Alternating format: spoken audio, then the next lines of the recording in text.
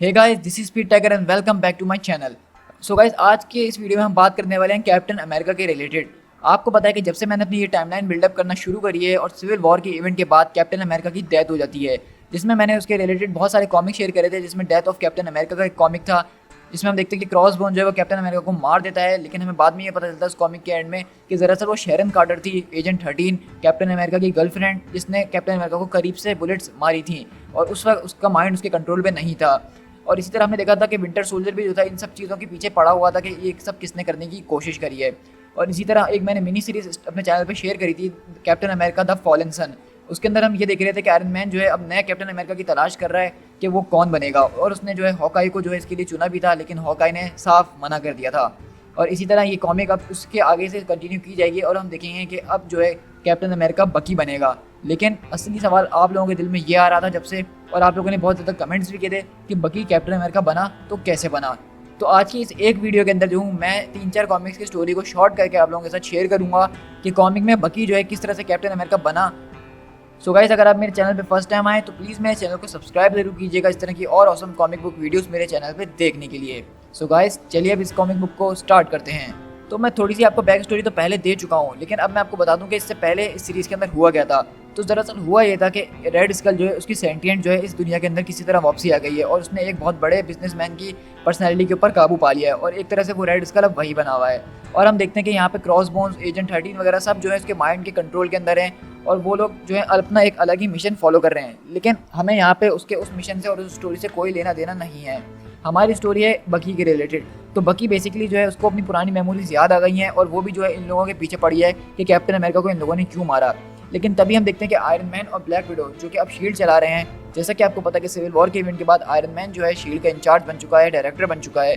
तो उसका ये काम था कि वो विंटर सोल्जर को ढूंढे और उसको जो है एक नए रास्ते पे लेकर आए और कैप्टन अमेरिका बनाए। क्योंकि रिसेंटली आयरन मैन को एक लेटर मिला है कैप्टन अमेरिका की तरफ से, जो कि उन्होंने अपनी मौत से पहले आयरन मैन को सेंड किया था कि अगर मुझे कुछ हो जाए इस लड़ाई के बीच में, यानी सिविल वॉर के बीच में, तो उसके बाद तुम मेरे दोस्त यानी बकी का ख्याल रखोगे और अगला कैप्टन अमेरिका उसी को बनाओगे।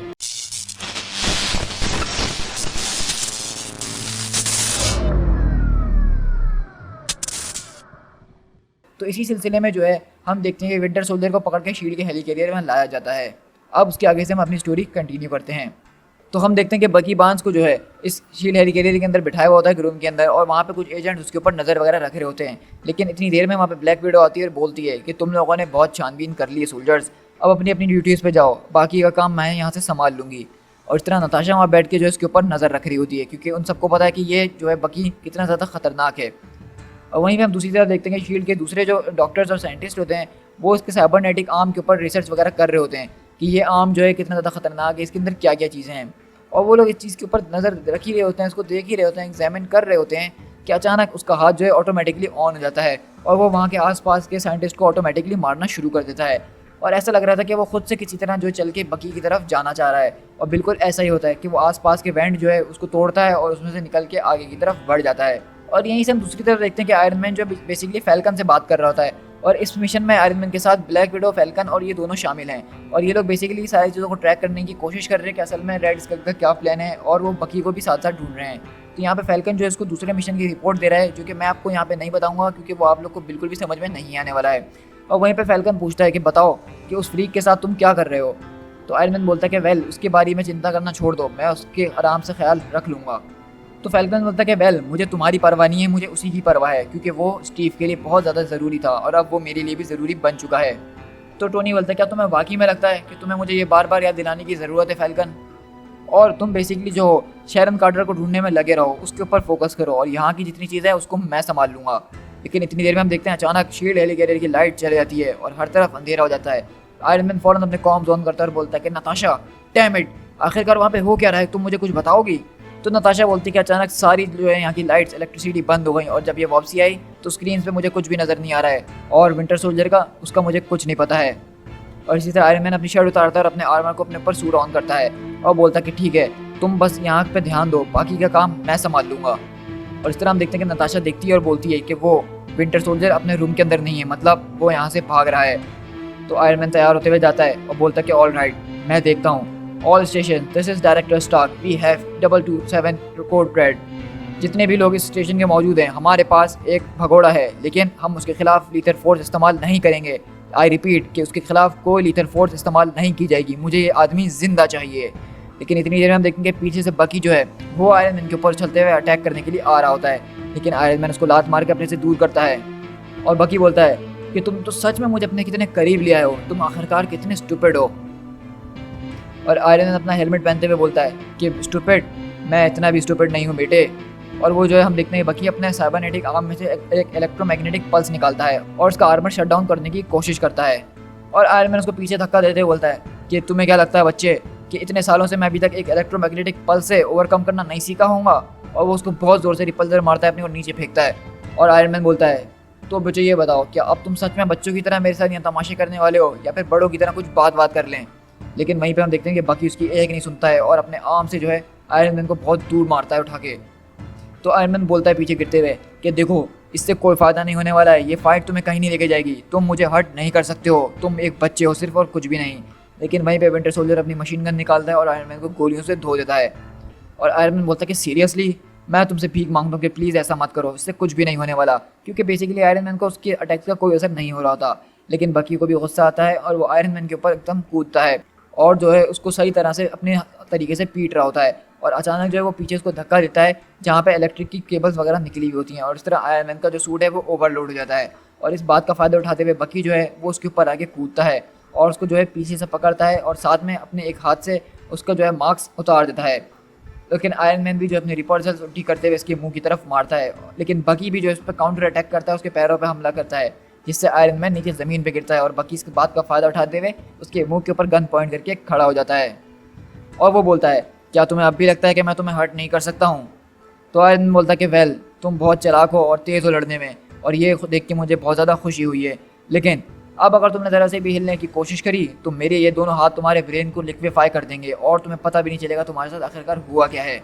और मुझे ये करने का बिल्कुल भी इस वक्त दिल नहीं चाह रहा है। तो बकी बोलता है कि अच्छा, आखिरकार तुम्हारा दिल क्यों नहीं चाह रहा है मुझे मारने को? मारो मुझे, क्यों नहीं मार रहे हो? तो आयरन मैन बोलता है कि वो इसलिए क्योंकि मैं अपने एक मरे हुए दोस्त की लास्ट विश को ऑनर करने की कोशिश कर रहा हूँ और इसी वजह से मैं तुम्हें यहाँ पे लेकर आया हूँ, क्योंकि स्टीव रॉजर्स यही चाहता था कि मैं तुम्हें बचाऊँ और तुम्हारी मदद करूँ। तो बकी एकदम हैरानी से पूछता है कि क्या, इसका क्या मतलब है? तो आयरन मैन बोलता है कि देखो, मैं जानता हूँ तुम्हें लगता है कि उसकी डेथ मेरी वजह से हुई है और इस बात से मैं बिल्कुल शर्मिंदा भी हूँ। बहुत सारे लोगों को ऐसा लगता है कि कैप्टन अमेरिका मेरी वजह से मरे, तो तुम भी इसमें शामिल हो सकते हो। लेकिन मेरे पास एक लेटर है जो तुम्हें पढ़ना ही होगा और मुझे नहीं लगता कि स्टीव हमें कभी भी माफ़ करेगा अगर हमने एक दूसरे को मार दिया बगैर कुछ बात किए समझे बिना। और वहीं पे हम देखते हैं कि दूसरी तरफ ब्लैक विडो जो है शील्ड के बहुत सारे एजेंट्स को लेकर आयरन मैन की तरफ आ रही होती है और जो है वो अचानक ऑफिस में पहुंचती तो देखती है कि बकी वहाँ पे आराम से बैठा हुआ है। तो आयरन मैन बोलता है कि ओके नताशा, मैं बिल्कुल ठीक हूँ, बाकी के एजेंट सबसे अपने काम पे जाओ और नताशा तुम मेरे पास रुको। तो नताशा पूछती है कि आखिरकार यहाँ पे हो क्या रहा है टोनी? तो बकी बोलता है कि ये एक लेटर है स्टीव रॉजर्स की तरफ से। तो नताशा बोलती है कि ओह सच में? तो तुम्हारे पास ये इतने टाइम से मौजूद था और तुमने मुझे इसके बारे में बताया भी नहीं। तो आयरन मैन बोलता है कि नहीं ऐसी बात नहीं है, ये मुझे पिछले हफ्ते ही मिला है। तो ब्लैक विडो बोलती है कि तुम मुझे इसके बारे में बता सकते थे। तो आयरन मैन बोलता है कि बेसिकली ये लेटर मेरे लिए नहीं था, इसलिए मैंने तुमसे इसके बारे में कोई जिक्र नहीं किया, ये लेटर बकी के लिए आया था। तो विंटर सोल्जर बोलता है कि तो क्या सच में ये लेटर बिल्कुल सच है या इसमें भी कोई धोखेबाजी है? तो आयरन मैन बोलता है कि देखो, मैं बहुत सारी चीज़ें करने के काबिल हूँ, लेकिन ये मैं नहीं कर सकता हूँ, मैं ये फेक लेटर बना नहीं सकता हूँ। इसको जो है एक लॉयर मेरे पास लेकर आया है और मैंने उसके ऑथेंटिकेशन करवाई है, वो बिल्कुल क्लीन है। तो आयरन मैन बोलता है तो क्या वाकई में अब तुम मेरे साथ तैयार होने के लिए तैयार हो, मेरे साथ में खड़े होने के लिए तैयार हो और हम उस प्रॉब्लम को फेस करें, मतलब जिस आदमी ने सच में स्टीव रॉजर्स को मारा है, जो कि है रेड स्कल। क्योंकि ये प्लॉट जो है इतना गहरा जाता है बच्चे कि तुम सोच भी नहीं सकते हो। लेकिन शील्ड जो है कॉम्प्रोमाइज़ हो चुकी है, हमारे अंदर उन लोगों के वो मिले हुए हैं और वो लोग जो है अपने फाइनल गोल की तरफ बहुत करीब पहुंच चुके हैं। तो बकी बोल रहा है कि हाँ, ये बात तो तुम्हारी बिल्कुल ठीक है कि वो जब से हमारे सामने ही थे और हम उनको देख नहीं सके। तो बकी बोलता है कि वो जो है लुकिन है, लुकिन की बॉडी में किसी ना किसी तरीके से उसके दिमाग में रेड स्कल घुसा हुआ है। तो आयरन मैन बोलता है कि क्या अलेक्जेंडर लुकिन, वो तो इतना बड़ा एक आदमी, वो रेड स्कल कैसे हो सकता है? तो ब्लैक विडो बोलती है कि हाँ, मैं भी उसको जानती हूँ और उसके पास बेसिकली एक प्राइवेट आर्मी भी है जिसको वो क्रोनोस के नाम से बुलाता है। तो विंटर सोल्जर बोलता है कि हाँ बिल्कुल, और वो उसी को प्लान कर रहा है इस्तेमाल करने के लिए। और इस तरह हम देखते हैं कि वो लोग अपनी थोड़ी बातचीत करते हैं और रिसर्च वगैरह करते हैं उस हवाले से। लेकिन वहीं पे आयरन मैन बोलता है कि ठीक है, अब हमारे पास बहुत सारे सबूत जमा हो गए, लेकिन अब हमें इन सबूत के साथ कुछ करना होगा। अब हमें जल्द से जल्द जो है इसको ख़त्म करने की, रोकने की पूरी तैयारी करनी होगी। तो क्या तुम अब मेरे साथ चलना चाहोगे या फिर अभी भी इस बारे में सोचना चाहते हो? तो बकी बोलता है कि उनके पास स्टीव रॉजर्स की गर्लफ्रेंड है, यानी कि एजेंट 13। तो आयरन मैन बोलता है कि हाँ मैं जानता हूँ और मैंने किसी को उसके काम पे लगा दिया उसको ढूंढने के लिए, लेकिन तुमने मेरे सवाल का अभी तक जवाब नहीं दिया है। और बकी बोलता है कि देखो टोनी, स्टीव ने मुझसे कभी भी ऐसा नहीं कहा कि वो कभी ऐसा चाहेगा। तो आयरन मैन बोलता है कि देखो मैं जानता हूँ उसने इस लेटर के अंदर क्या लिखा है, लेकिन मैं ये बात भी जानता हूँ कि तुम किसी और को कैप्टन अमेरिका बनने भी नहीं दे सकते हो।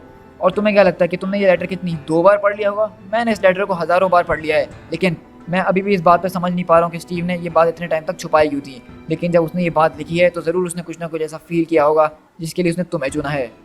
अब बकी वहाँ पे उस लेटर को देखता है और टोनी स्टार्क की तरफ देख रहा होता है और लेटर को टेबल पर रखते हुए बोलता है कि ऑल राइट, मैं ये करूँगा, लेकिन मेरी 2 शर्तें हैं। सबसे पहली, ये जो कुछ भी मेरे दिमाग के अंदर मौजूद है, ये जो कुछ भी हाइड्रा का रशियन जो मवाद भरा हुआ है जिसके ज़रिए वो एक लफ्ज़ बोलते हैं और मैं उनके कंट्रोल में आ जाता हूँ, तो मैं कुछ भी करना पड़ेगा, मुझे चाहे कितनी भी तकलीफ हो। ये winter soldier programme safe words मेरे दिमाग से निकालने होंगे, चाहे इसके लिए तुम्हें जो कुछ भी करना पड़े। तो आयरन मैन बोलता है कि ऑफ कोर्स, ये तो मैंने बहुत पहले से सोच के रखा था और इस दरवाजे के बाहर बहुत सारे लोग इंतजार कर रहे हैं जो कि तुम पे कुछ टेस्ट वगैरह करना चाहेंगे और इस प्रोग्राम को तुम्हारे दिमाग से निकालने में सबसे पहले मैं खुद भी यही चाहता हूँ। लेकिन ये बताओ कि तुम्हारी दूसरी कंडीशन क्या है? तो वो बोलता है बकी कि देखो मैं तुम्हें कभी भी किसी बात के लिए जवाब नहीं दूंगा और ना ही किसी और को, क्योंकि स्टीव ने कभी किसी को जवाब नहीं दिया और मैं भी किसी को जवाब नहीं दूंगा। मैं अपने तरीके से काम करूंगा, जो मुझे ठीक लगेगा मैं वही करूंगा। तो आयरन मैन 1 मिनट के लिए सोचता है और बोलता है कि चलो ठीक है, मैं इसके साथ ज़िंदा रह सकता हूँ। और इसी तरह हम देखते हैं कि बकी को जो है डॉक्टर्स यानी शील्ड के डॉक्टर्स एग्जामिन कर रहे होते हैं और उसके दिमाग से वो विंटर सोल्जर्स की प्रोग्रामिंग को निकाल रहे होते हैं। तो ब्लैक विडो बोलती है कि देखो टोनी, मुझे लग रहा है कि ये एक बहुत बड़ी मिस्टेक है, ये एक बहुत बड़ा बर्डन है जो कि वो अभी लेने के लिए तैयार नहीं लग रहा मुझे। तो टोनी बोलता है कि देखो तुम शायद बिल्कुल ठीक भी कह रही हो और शायद गलत भी, लेकिन अब बात है स्टीव की। इस चीज़ को स्टीव ने खुद चुना है और हम उसकी आखिरी विश को कैसे ठुकरा सकते हैं, हम कैसे उसको नज़रअंदाज कर सकते हैं। और वैसे भी मेरे और स्टीव के साथ जो कुछ भी आखिर में हुआ, मैं उसके लिए बहुत ज़्यादा शर्मिंदा हूँ। तो मुझे लगता है कि ये एक यही रास्ता है जिससे मैं स्टीव को ऑनर कर सकता हूँ। और वैसे भी सब क्या फ़र्क पड़ता है, क्योंकि शील्ड तो वो पहले ही मुझसे चुरा चुका है।